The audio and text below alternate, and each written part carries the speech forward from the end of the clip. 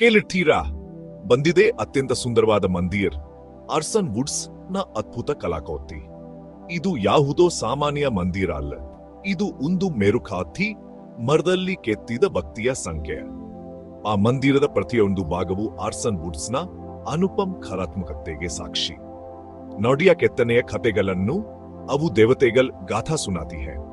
ಪ್ರತಿ ಸೂಕ್ಷ್ಮತೆಯನ್ನು ಅತ್ಯಂತ ಜಾಗರೂಕತೆಯಿಂದ ರಚಿಸಲಾಗಿದೆ. ಇದರಿಂದ ಮನಸ್ಸಿನಲ್ಲಿ ಭಕ್ತಿ ಮತ್ತು ಆಶ್ಚರ್ಯ ಉತ್ಪತ್ತಿಯಾಗುತ್ತದೆ.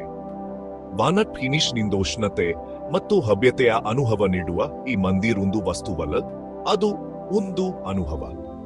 ಅನುಕೂಲಕರ ಡರೈಯರ್ಗಳು ಮತ್ತು ಹಿತ್ತಾಳೆಯ ಗಂಟೆಗಳಿಂದ ಅಲಂಕೃತವಾದ ಪೂಜಾ ತಟ್ಟೆಯೊಂದಿಗೆ ಇದು ಆಧ್ಯಾತ್ಮಿಕತೆಯನ್ನು ಅನುಕೂಲಕ್ಕೆ ಸಂಪರ್ಕಿಸುತ್ತದೆ.